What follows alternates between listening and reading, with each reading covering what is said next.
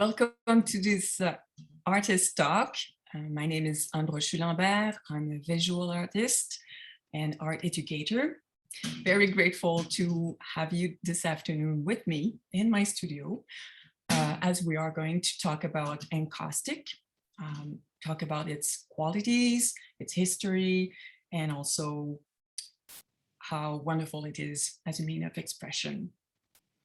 Today, what I have prepared for you is a short PowerPoint in which I will talk about my artistic journey and broach the history of Encaustic. And then after that, I have a video that I have prepared for you in order to tour the atelier with me and see some specific techniques that I use and to also better explain where my visual vocabulary is coming from in my encaustic practice. So without further ado, we'll start with this PowerPoint. So I will share my screen very quickly.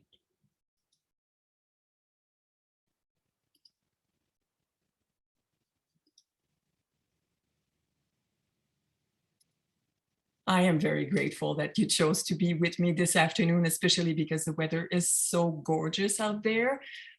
And it would have been very tempting to simply go play outdoors, but I promise you'll have time to do that later on. As I was mentioning, I'm a visual artist. I am what we call the multimedia artist. I do have a strong production in painting, but I also do analog and digital drawing, collages, and printing, as well as photography and installations. I tend to work semi-figurative or abstract, and you will notice that the motif of the landscape dominates most of my series. Basically, through these works and series, I interrogate the ambiguous relationship that we have from time to time with our surroundings. I wanted to also talk about some of my most recent projects, although today I am going to talk about Encaustic. My practice includes all sorts of medium, and this most recent project is the proof of that. This is called, this triptych is called Voies et Passages. It has come back home just yesterday. It was shown this summer in Edmonton at the Centre des Arts de l'Alberta. And it was for a collective exhibition curated by Sabine Lecor-Moore. I was showing my work along with 6 other artists from the western part of Canada, all women, all francophone. And my piece, this one, is actually, it does have encaustic. The 2 side panels are made in encaustic, but you will notice that there's also embroidery, there's fabric, there's artifacts, photographs.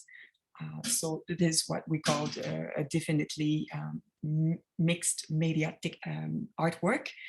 But also what's very special about it is that there's a soundtrack. I edited 4 stories, and when visitor approach the work, the soundtrack starts to play and you are enveloped with this story that's behind this artwork. And Voies et Passages tells the story of 4 generations of francophone women who have been able to share their knowledge and their creative inspiration and endeavors and values. That project was supported by SaskArts. The show itself was supported by the Canadian Council for the Arts and also the Conseil culturel francois, for which I'm very grateful. The other major project that I had in my career was between 2016 and 2018, which was called La Vie Fragile. It was a mentorat. I was basically working for 2 years alongside with 6 other artists in Saskatchewan to be mentored in our practice, in art practice. And we ended up showing first our projects into AKA, the Artist Run Center in Saskatoon. And one of my pieces was actually selected for the catalog. And this is the same exhibition that was then brought to Montreal, but because that was also part of the project, to expose ourselves to new markets and at a national level. And that show was in the Gallery Luz, based in Montreal. And I want to attract your attention to this specific series, which is called Innerscapes État, which is also something that I've kept developing. And those pieces, some pieces of that series, is what I'm showing right now at Art Now. Encaustic. How was I introduced to that medium, fantastic medium? A workshop at the Art Gallery of Regina, led by the fantastic artist Tammy Campbell. That was almost 20 years ago. I read a lot also to research the medium. And I also took an advanced workshop in Santa Fe in 2009 with the veteran encaustic artist Paula Rowland. And where is encaustic coming from? It is from ancient Greece. We know from writings by Pliny that the Greeks used to have colored wax on their ships, their ships. And but also the archaeology digs in Egypt did find these beautiful portraits that are part of the collection of the Metropolitan Museum of Art. These were found in tombs. And as you can see, the colors are pristine. Although I do work in a very abstracted way with encaustic, you can see that you can also be very figurative with that medium. And these portraits were created in the very first century AD in Egypt under the rule of the Greco-Roman rule. So it is a very ancient medium. It was way more complicated to paint with that medium at the time. Thankfully, in the 20th century, with heating tools, heating plates, and also a resurgence of interest for the medium, we can now be painters that really fully exploit the potential of encaustic. And one of the veterans of these artists who did place encaustic at the forefront is Jasper Johns with his famous flag series, and also the alphabet series. That brings me to my own work. This is an example of encaustic created on paper. It's a collage, but I mostly work on panels. Encaustic requires a rigid surface, ideally. And we'll get into that in a few moments, because now I would love to have you tour the space and have a better understanding of how I do work with that medium. So if you allow me just a moment, I will now switch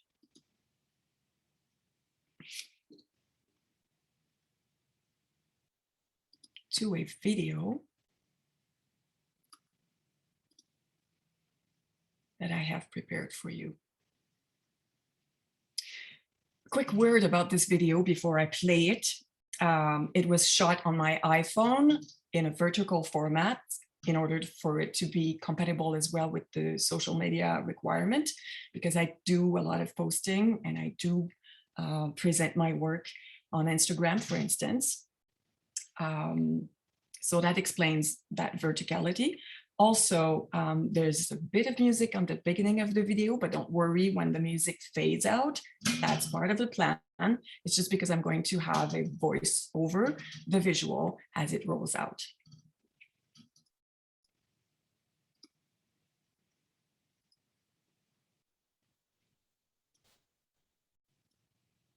There it is. I will take away the cumbersome stuff, and now we can start the video.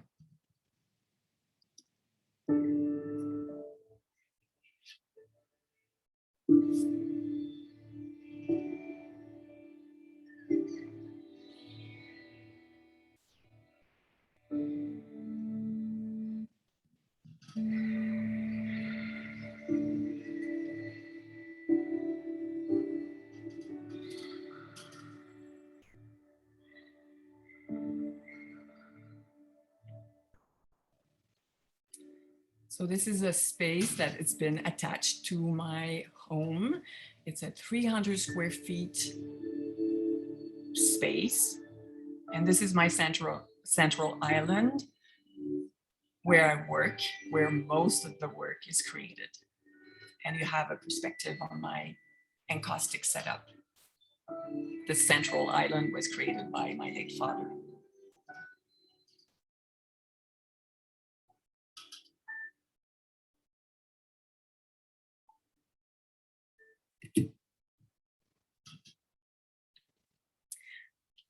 This is part of my precious stash of dry pigments collected over the years in France, Italy, and the States. It is one very important ingredient of my encaustic colors because I developed my own palette. Another important area of the studio is my personal library. And you can see a study that I've done in an artist residency in Italy.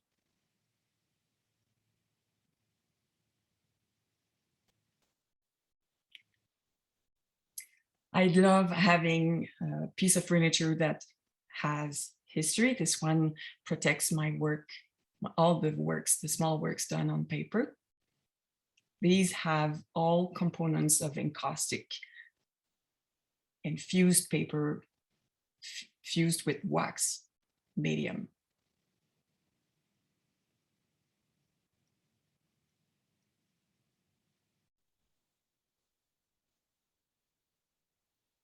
The back wall allows me to hang works in progress. And of course, there's the administrative area that is also very important in the atelier. So to work in encaustic, you need colors, and the colors are wax melted with pigments. There are on the market manufactured encaustic, like the ones created by RNF or Encausticos that are based in the States. There's also Kama Pigments, a Canadian company based in Montreal that I frequently use. But most of the time I develop my own colors, and though because I want my palette to be more personal. And the first ingredient is that what I call the wax medium. The very first ingredient is damar resin, which is the sap of trees that's been hardened. This will be melted with wax. What kind of wax? Mostly the beeswax. This is an example of wax that hasn't been filtered. It's in its natural coloration. These pellets are wax, beeswax again, that are filtered. It's paler. And then this is the white beeswax that's pharmaceutical grade. The famous pigments that I was talking about belong to the very first method of creating my own colors. So I'm adding some of that pigment, very pale brown, but you'll notice as it melts, as it mixes with the wax, the natural wax, it darkens.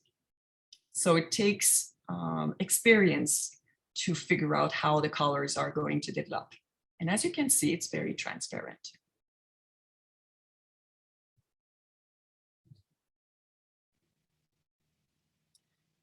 The second method implies to mix oil colors into the wax.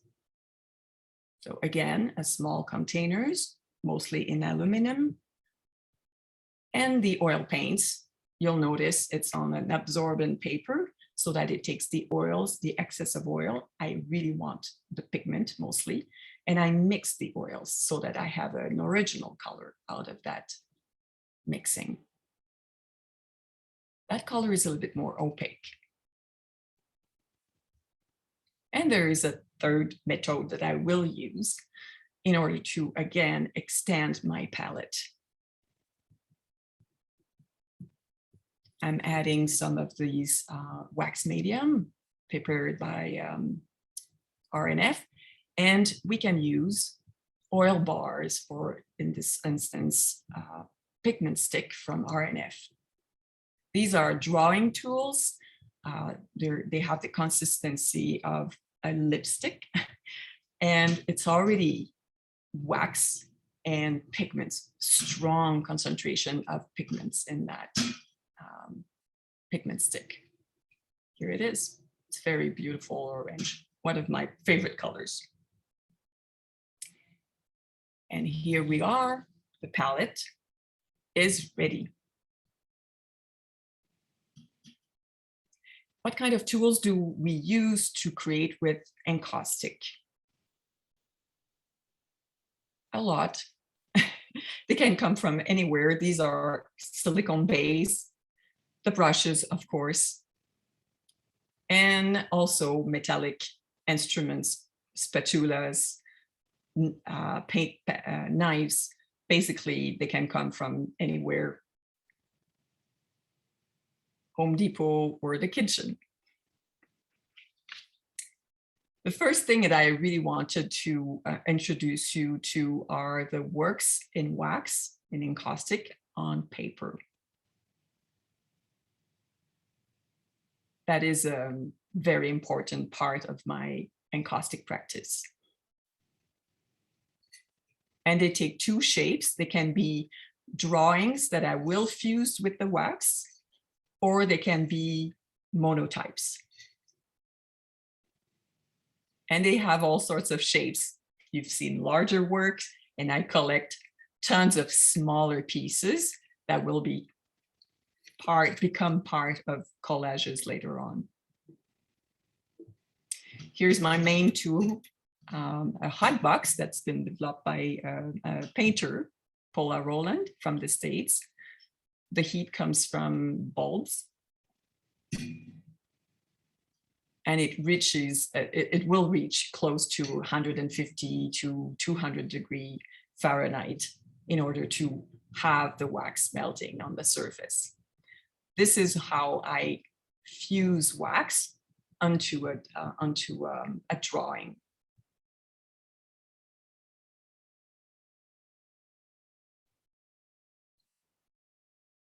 I wanted to show you how translucent the paper becomes once it's fused with the wax.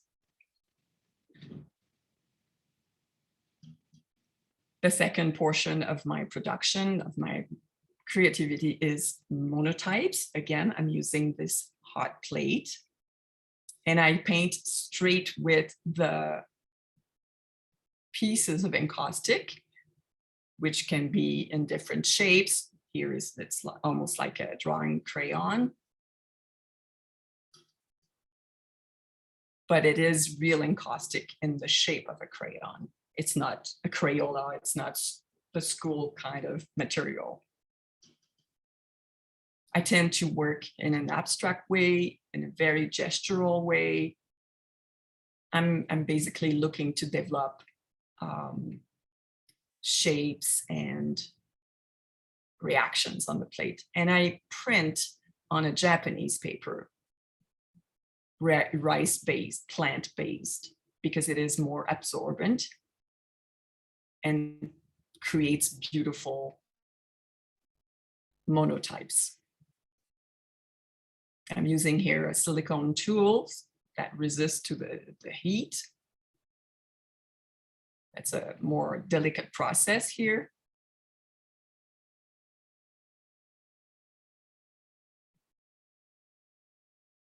And here we are, the first impression. And it's called a monotype because I can print only once. I cannot reproduce it exactly.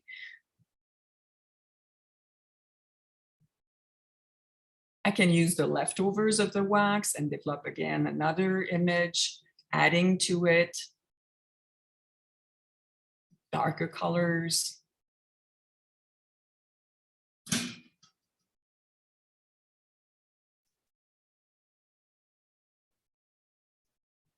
And I came back with the same first print to add to it, so that you understand I can do this for hours. Works on wood panel is my main forte when I paint with Encaustic. And what I've decided to do for today is I was going to present you some techniques on one specific panel that I've decided to change. Pointing out that ventilation is crucial when I work in Encaustic.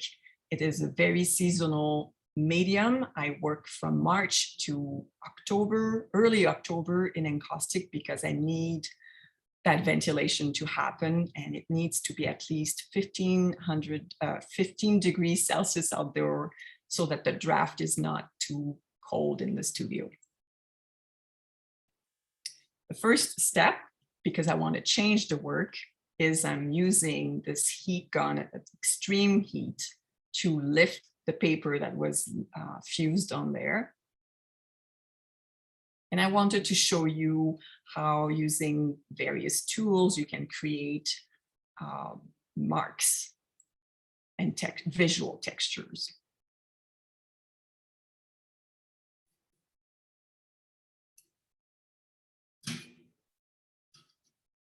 Here's an example of the encaustic medium with the color applied with the brush.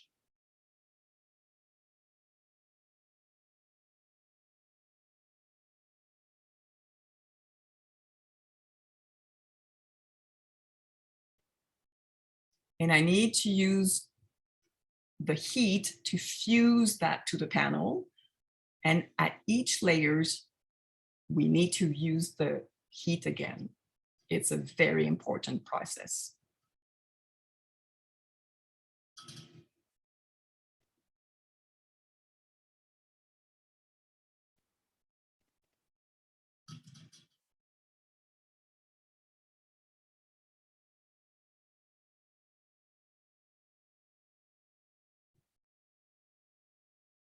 Little close-up of the wax melting.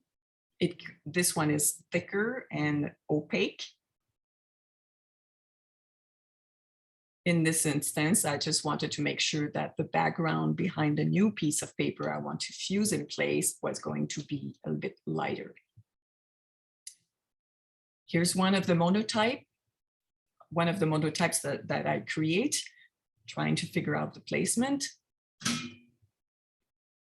And here it is, fused. The difference, it's darker, and you can see there's a background, there's something happening behind that paper. That is one of the qualities of the encaustic. You have the transparency and you have the sense of depth. And I use again the heat to ensure that the paper is fused properly, and then cleaning the edges. And now that piece of paper is there for 100 years from now. Change that area again on that panel. A lovely close-up here of a fused paper on the panel.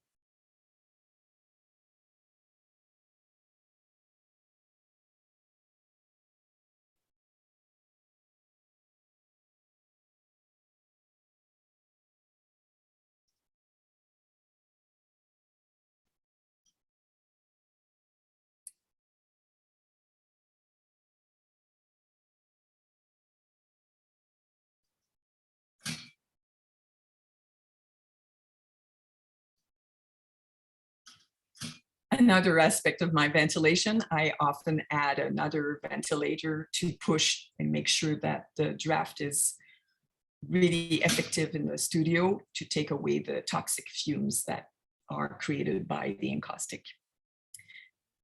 Gold leaf is another big part of my toolbox. I use real gold. The white gold will be of a lower carat, but the yellow gold that I tend to use will be a 23 karat gold. And it is because it's very compatible with the encaustic and it won't tarnish. That's the main reason why I use this real gold.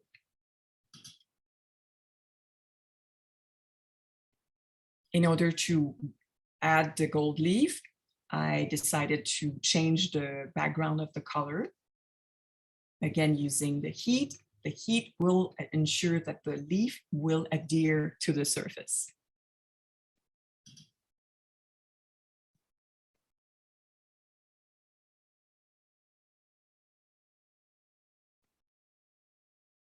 And I place it in a very random way. That's how I like it.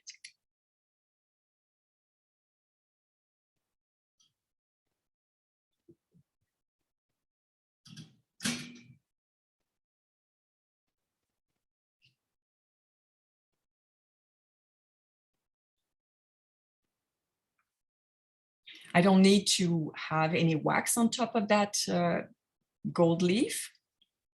And as the surface is still tender, I am scratching away and making marks.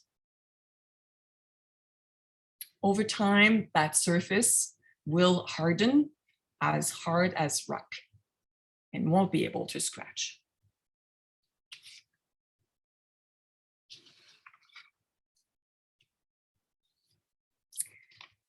One of the last techniques I wanted to show you is how I can introduce fabric or even a metal piece into this artwork. I've decided to take away, again, through the heat, that piece of paper that was in place, and we're going to replace it with this aluminum sheet into which I created marks and channels to capture the encaustic. It will solidify the installation of that piece of metal. It's just to show you how inventive we can be with the introduction of other materials into that medium.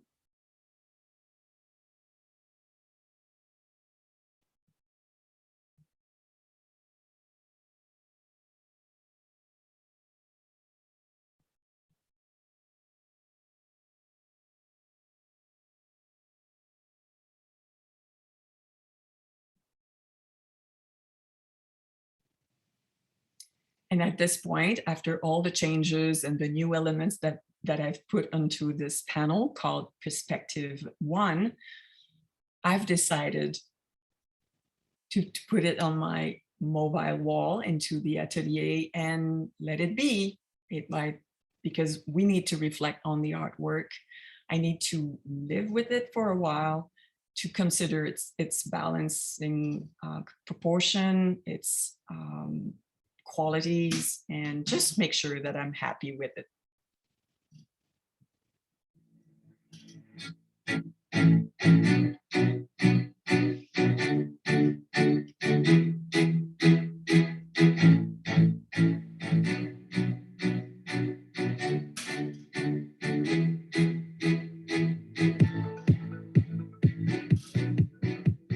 So we're almost at the end of that presentation, and I wanted absolutely to introduce you to the series Encaustic, which has seen the light of day roughly 3 years ago, and I'm still to this day developing that series, rooted in my interpretation of the geography of the prairies with the added emotional dimension. They are abstracted landscapes that propose an intimate relationship to the works because they're smaller. some are 8 by 10 and others are 11 by 14. They do play up the various layers and transparency of encaustic that we've just explored together with the video. And these works propose to the viewer a moment of meditation, reflecting on our own understanding of our environment, our surroundings. These are the works that I present this year at Nouveau Gallery.